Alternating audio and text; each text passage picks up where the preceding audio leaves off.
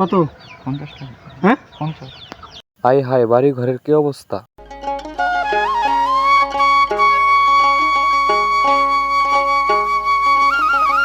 ভাঙ্গা নদীর খেলার মাঝি হয় এক চরের জন্ম।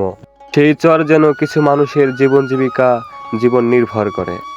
আজ আপনাদের দেখাবো মাদারীপুর শিবচর উপজেলা চরজানাজাত চরের মানুষের জীবন জীবিকা আপনাদের মাঝে আজ আমি সুন্দরভাবে তুলে ধরবো। অবশ্যই ভিডিওটা দেখে যাবেন। যাওয়ার পথে দেখি এক মাঝি ভাই তার লুকাটাকে কিন্তু সে ডাঙায় রেখে দিয়েছে। নদীর পাড়ে দেখলাম কিছু লুকা পানিতে দোল খাচ্ছে, কিন্তু একটি লুকা দেখেন এখানে কিন্তু একা সে পড়ে রয়েছে। একবারের বাড়ি আঙিনায় কিন্তু সে লুকাটাকে রেখে দিয়েছে। লুকাটা হয়তোবা বলছে যে আমাকে পানিতে ছেড়ে দাও, আমার স্থান আমাকে রেখে দাও। চলেন এখন গ্রাম অঞ্চলটা একটু ঘুরে আসি আমরা। যদি প্রকৃতির সুখ পেতে চান অবশ্যই আসবেন একদিন আমাদের এই গ্রাম অঞ্চলগুলোতে।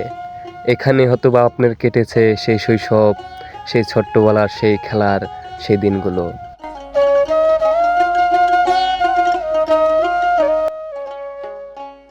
দেখেন বাড়ির চারদিকটা কিন্তু মুরগি ছুটে বেড়াচ্ছে।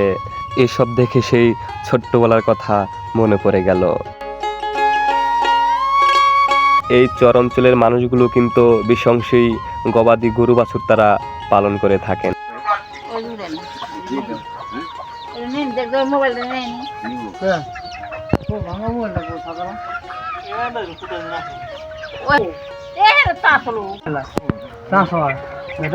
নতুনই কিন্তু করতে হবে আর আছেন একটা ব্যাটারি সব ভালো।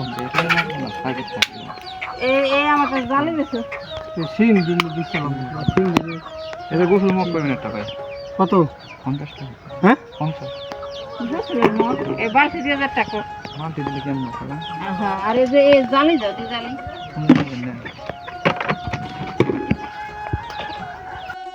দেখেন এই বাড়িতে কিন্তু তারা ডালিম গাছ লাগিয়েছে। অনেক দিন পরে কিন্তু এই চর অঞ্চলে এক ফেরিওয়ালাকে দেখলাম। তাই তাকে জিজ্ঞাসা করলাম যে ভাই আপনি অত বড় নদী পাড়ি দিয়ে আসলেন কিভাবে? সে কিন্তু বলল যে লুকাপা ফটো চড়ে সে কিন্তু এখানে এসেছে। শুধু এই বাড়িতে দেখলাম যে তারা কিন্তু বিভিন্ন পদের গাছ তারা কিন্তু লাগিয়েছে। এটা কিন্তু আমাদের চরের শিক্ষা প্রতিষ্ঠান।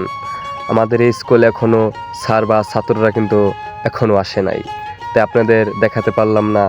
চলেন গ্রাম অঞ্চলটাকে আপনাদের ভালো করে ঘুরিয়ে নিয়ে আসি।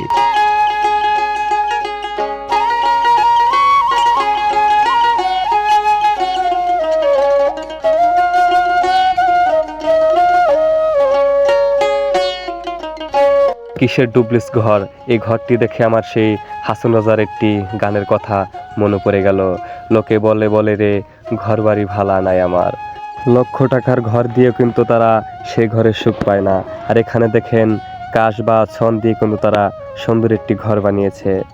ঝড়, এই ঝড় তুফানের সাথেই কিন্তু তারা বেঁচে আছে এই ছোট্ট একটি কুঁড়ে ঘরে।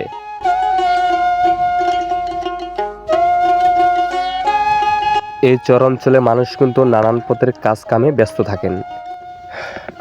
ভাই এত পরিমাণের রোদ ভাই, চরে গরম, পুরা শরীর ভিজে গেছে গা। আপনি পানি চরে আপনি যেদিকে যাইবেন, ঠিক আছে, যেদিকে যাইবেন খালি কাশ আর কাশ। আমরা যেটাকে কাশ বলি বা কাশ বন বলি, যেটাই বলি, যেদিকে যাইবেন, ঠিক আছে। এই যে আমার পিছনে যে বাড়ি ঘরগুলো দেখতেছেন, এই যে ঠিক আছে, বাড়িঘরগুলো কিন্তু আপনার 3-4 বছর আগে আইছে।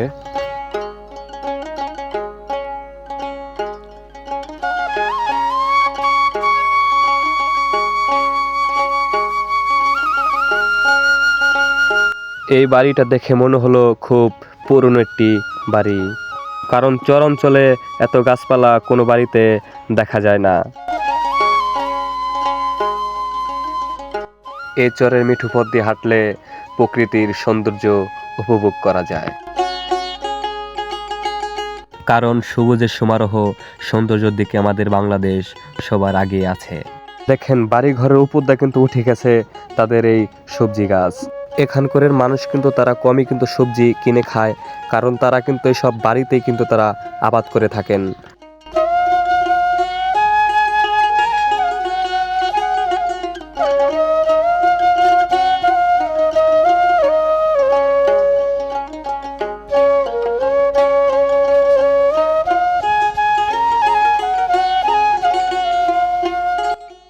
দেখতে দেখতে আমাদের এলাকার সেই ছোট্ট মসজিদটার সামনে এসে পড়লাম।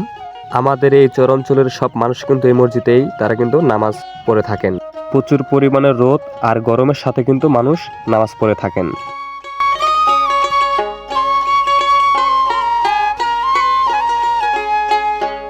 ওই একটা গাছ দেখতেছেন, ঠিক আছে, ওইখানে যখন রোদ উঠে তখন মানুষ ওইখানে যায় বিশ্রাম নেয়। রোদ দিয়ে কাজ করে যখন তারা ক্লান্ত হয়ে যায় তখন কিন্তু এই গাছতলায় এসে সবাই বিশ্রাম নেয়।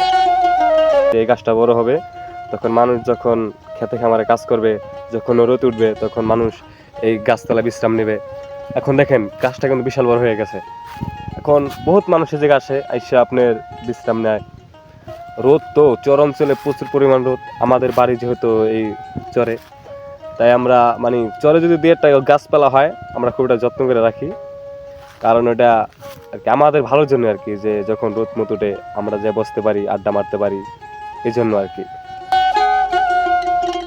আজ ভিডিও পৌঁছতেই, আশা করি আমার চ্যানেলটিকে সাবস্ক্রাইব করে দেবেন, আমার পাশে থাকবেন। পরবর্তীতে আপনাদের জন্য আরও ভালো কিছু আনবো, অবশ্যই আমার সাথে থাকবেন। ধন্যবাদ।